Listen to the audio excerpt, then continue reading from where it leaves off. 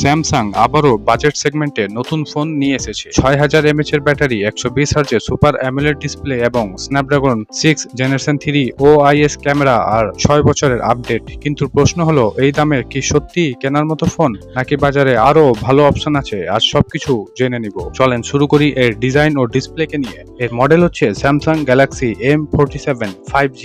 এর ডিসপ্লে হিসেবে 6.7 ইঞ্চির full HD plus super AMOLED display ব্যবহার করা হয়েছে, যাতে 120 হার্জের রিফ্রেশ রেট পেয়ে যাবেন এবং প্রোটেকশন হিসেবে গরিলা গ্লাস ভিক্টাস প্লাস এতে রয়েছে। এছাড়াও ওয়াটার অ্যান্ড ডাস্ট রেসিস্ট্যান্ট পেয়ে যাবেন। ডিসপ্লেটি খুবই উজ্জ্বল এবং ভিডিও দেখা বা গেমিং এর জন্য দারুণ অভিজ্ঞতা দিবে।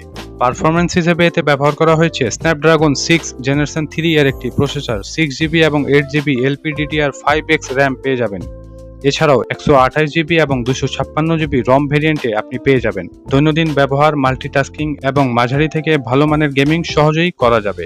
এছাড়াও ক্যামেরাতে রয়েছে মেইন ক্যামেরা হিসেবে 50 মেগাপিক্সেলের মেইন ক্যামেরা, যা ওআইএস সাপোর্ট থাকবে, এবং 5 মেগাপিক্সেলের আলট্রা ওয়াইড এবং 2 মেগাপিক্সেলের ম্যাক্রো লেন্স দেওয়া থাকবে। সামনে রয়েছে 12 মেগাপিক্সেলের সেলফি ক্যামেরা। দুই ক্যামেরাতেই 4K ভিডিও রেকর্ডিং করতে পারবেন। দিনের আলোতে ছবি অনেক ভালো পাবেন এবং ওআইএস থাকায় ভিডিওটি তুলনামূলক স্থির থাকবে। এছাড়াও ব্যাটারি হিসেবে এতে ব্যবহার করা হয়েছে 6000 এর ব্যাটারি এবং 45 ওয়াটের ফাস্ট চার্জিং। একবার চার্জে সাধারণ ব্যবহারে প্রায় 1.5 থেকে 2 দিন ব্যাটারি ব্যাকআপ অনায়াসে পেয়ে যাবেন। সফটওয়্যার হিসেবে এতে পাবেন অ্যান্ড্রয়েড 16 এবং তাদের নিজস্ব One UI 8.5। এছাড়াও 6টি অ্যান্ড্রয়েড ওএস আপডেট পেয়ে যাবেন। 6 বছরের সিকিউরিটি আপডেট থাকবে।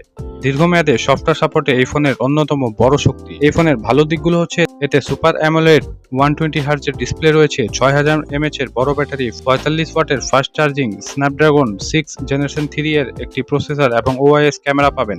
এছাড়া 6 বছরের আপডেট। তবে খারাপ দিকগুলো হচ্ছে, আলট্রা ওয়াইড ও ম্যাক্রো লেন্স ক্যামেরা খুবই শক্তিশালী নয়। হাই এন্ড গেমারদের জন্য এটি সেরা অপশন নাও হইতে পারে। কিছু ব্যবহারকারী অলওয়েজ অন ডিসপ্লে না থাকা নিয়ে হতাশা প্রকাশ করেছেন। এছাড়াও পাবলিক রিভিউ অন্যান্য জায়গা থেকে নিয়ে দেখা গেছে যে, এছাড়াও আমার মতে ব্যাটারি ও ডিসপ্লে সবচেয়ে বেশি প্রশংসা পাবে। এছাড়াও স্ন্যাপড্রাগন 6 জেনারেশন 3 কে ব্যালেন্সড ও পাওয়ার এফিসিয়েন্ট বলা হবে। ক্যামেরা ও ওআইএস ফিচারকে ইতিবাচক হিসেবে দেখা হবে। চলুন এবার দাম নিয়ে কথা বলা যাক। সম্ভাব্য বাংলাদেশে মূল্য, এটা 6GB 128GB র্যাম ভেরিয়েন্টে 30,000 টাকা হতে পারে এবং 8GB 128 বা 256GB ভেরিয়েন্টের অনুযায়ী কিছুটা বেশি হতে পারে।